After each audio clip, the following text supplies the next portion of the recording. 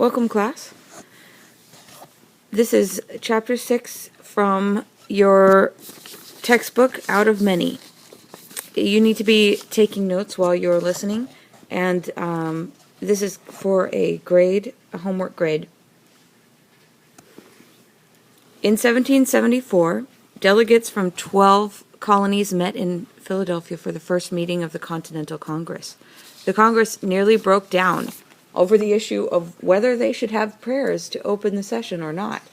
Over 7 weeks of meetings and social gatherings, a community of national leaders emerged. In this fashion, Congress began the process of forging a national community. All right. Well, you would think that the colonies would have a lot in common, but actually what they were focusing on was the differences. And one of the first examples of this was in the opening of the First Continental Congress, when they had a discussion about who was going to pray, and could they listen to the prayers of other denominational people, and still be, and would that be kosher or not? So there was a lot of argument, and Samuel Adams, who is a cousin of John Adams, he stood up and he said, "Hey, I'm not a bigot. I am willing to hear the prayers from any gentleman of piety and virtue who has the same, who is also at the same time a friend of his country." And that really illustrates the central issue that this First Continental Congress had, and that was, how were they going to form a union without sacrificing their individual identities as different colonies. So they had a main concern in this First Continental Congress, and that was Parliament was trying to force the colonists to acknowledge that Parliament had control over the colonies. And in return, the colonists were trying to assert their independence and their desire and ability to rule, and maybe not rule, but to legislate for themselves. And so this was the main issue that the First Continental Congress was dealing with. The Parliament was doing things to try to assert its power, such as closing port cities in the colonies, or suspending colonial legislatures and making them disperse and come back in another form.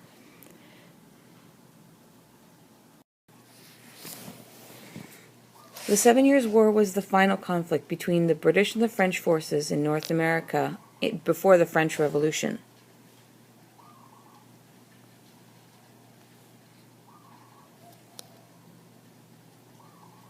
It decided the fate of the territory between the Appalachian Mountains and the Mississippi River, which is right here. And it set in motion the conflict between the colonists and British, and what led to the American Revolution.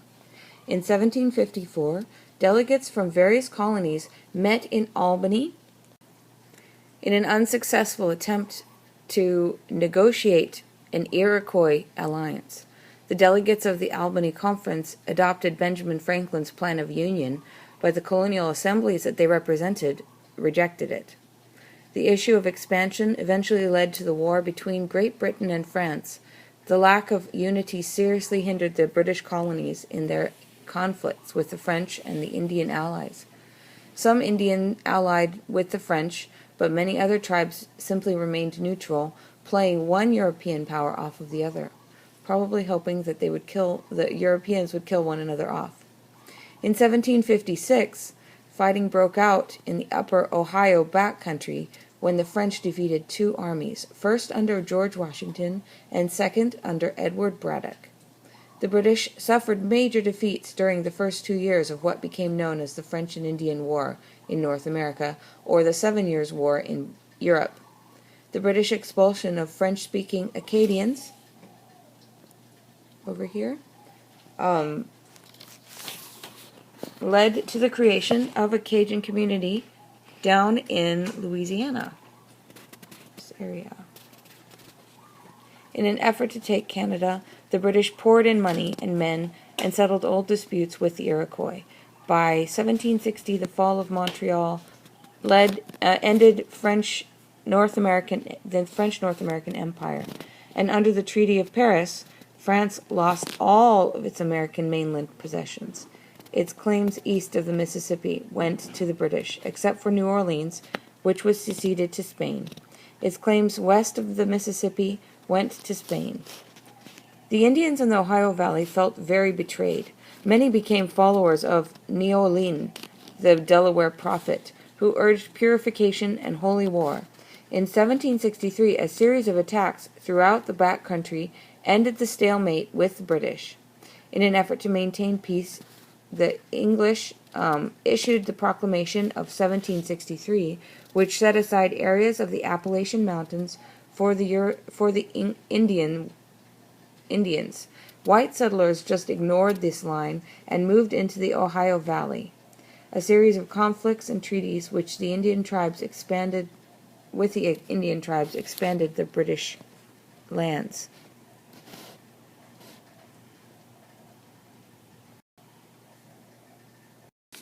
All right.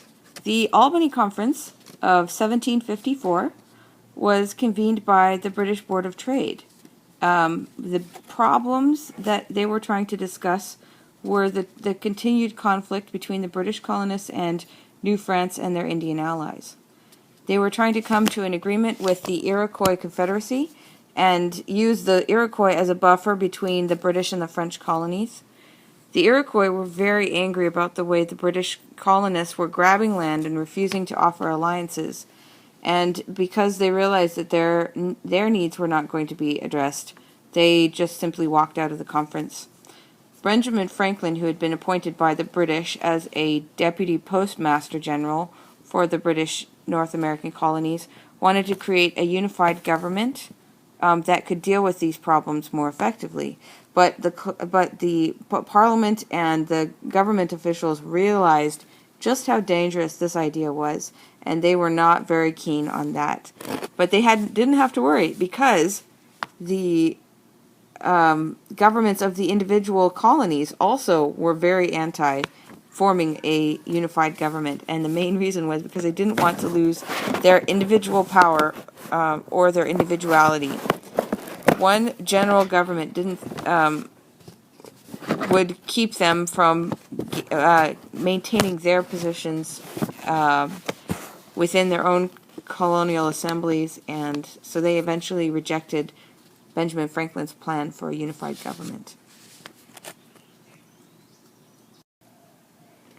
The backcountry became a vicious fighting ground between the French, the Indians, and the British, and the colonial militia troops that were also enlisted in this fighting, and it was very, very brutal. Thousands of colonists lost their lives, and probably many, many more Indians lost their lives, and as well as troops that had been transported in for this bloody war. The French and the Indians were allied, and the British and the colonists were allied, but these allied relationships were not smooth, especially between the British and the colonists. The colonists were offended and surprised at how brutal and bossy the British could be, the British leaders could be. It resulted in very little coordination. The British leaders realized that unless there was more coordination between the colonial militia and the British troops, that they would not be able to win this war, and so they were trying to enforce their strategies and opinions onto the colonial troops and the colonial militia, but the colonial militia simply resented that type of leadership and didn't follow orders, or were just not very effective in their fighting. And as a result, it took a lot longer for this battle to be won, but it was eventually won by the British. But in the process, the commanders of the British troops were also greatly frustrated by the French and the Indians and their different ways of fighting. And that frustration was eventually poured out on the way that they treated the French-speaking population of Acadia in Canada later when they eventually won this war.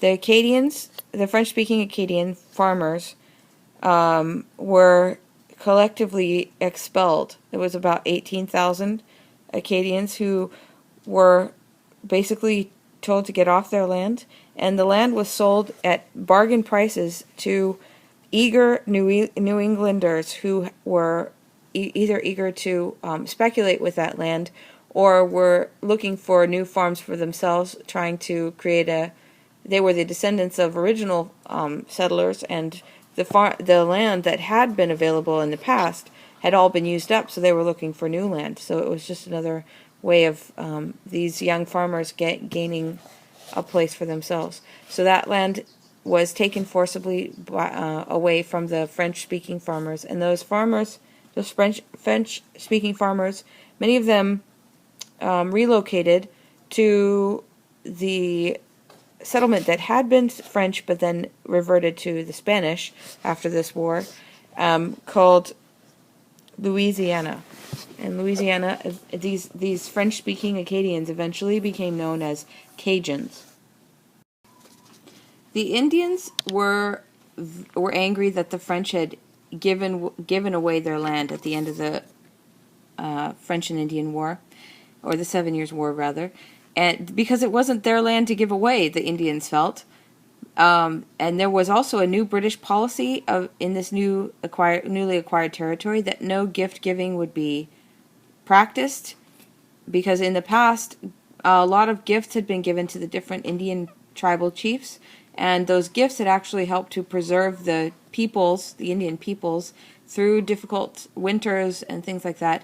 A lot of the gifts would include ammunition or blankets, things that, or iron tools, things that these Indians would really need to help them survive. And one wonders how they survived before, but I think that they had become so accustomed to European technology that it was almost impossible for them to live without it now.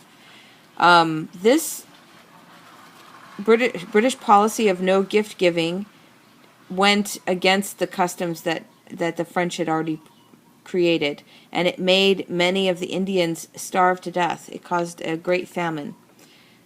There was a new religious leader that emerged during this time. His name was Neolin, which means enlightened one in the Iroquois language. And he became known as the Delaware Prophet because he encouraged the Indians to turn away from European ways and to get reacquainted with their old Indian ways of life. And one of the things that they were to do was to drive out the European settlers. An Indian chief named Pontiac was greatly influenced by Neolin, and in May 1763 he coordinated an Indian attack on many of the British forts. He and his other Indian leaders coordinated attacks and killed more than 2,000 settlers during this time. In a very sad event, General Amherst, one of the British generals that had come over for the 7 Years' War, decided to make things go his direction by taking several infected blankets that had been used in the hospital on smallpox patients and sent them to the Indian camps, and started one of the, probably not the first, but a very sad practice of using germ warfare in annihilating your enemy. And as a result, many Indians died from a smallpox epidemic that was started from that event. Both the British and the Indians decided that they could not possibly overwhelm the other group, and so they decided that they would end it in a stalemate. It never really was resolved.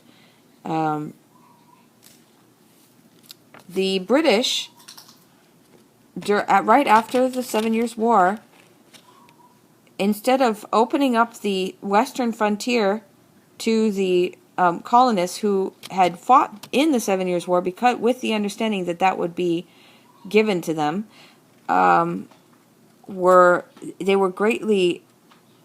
they greatly angered the colonists because of that choice. The interesting thing is that the British had also promised the Indians this territory for their own homeland. So there was I think there was a little bit of sneaky dealing going on here to get both the colonists and the Indians on the side of the British. So the line that the British government drew became known as the Royal Proclamation Line in 1763. The settlers were very angered, mainly because they felt like the Indians were being rewarded rather than punished, because many of the Indian tribes had fought against the British in the 7 Years' War, and now they were being protected from the colonists by this Royal Proclamation Line. One group of backwoodsmen named the Paxton Boys ended up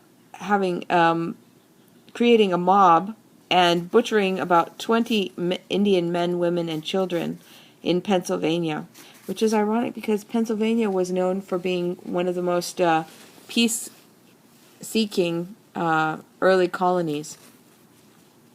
But when the authorities tried to arrest this group of men, a huge group of backwoodsmen joined their forces, about 600, and they marched in protest to Philadelphia, where Benjamin Franklin acted as a negotiator and tried to calm things down and create a new,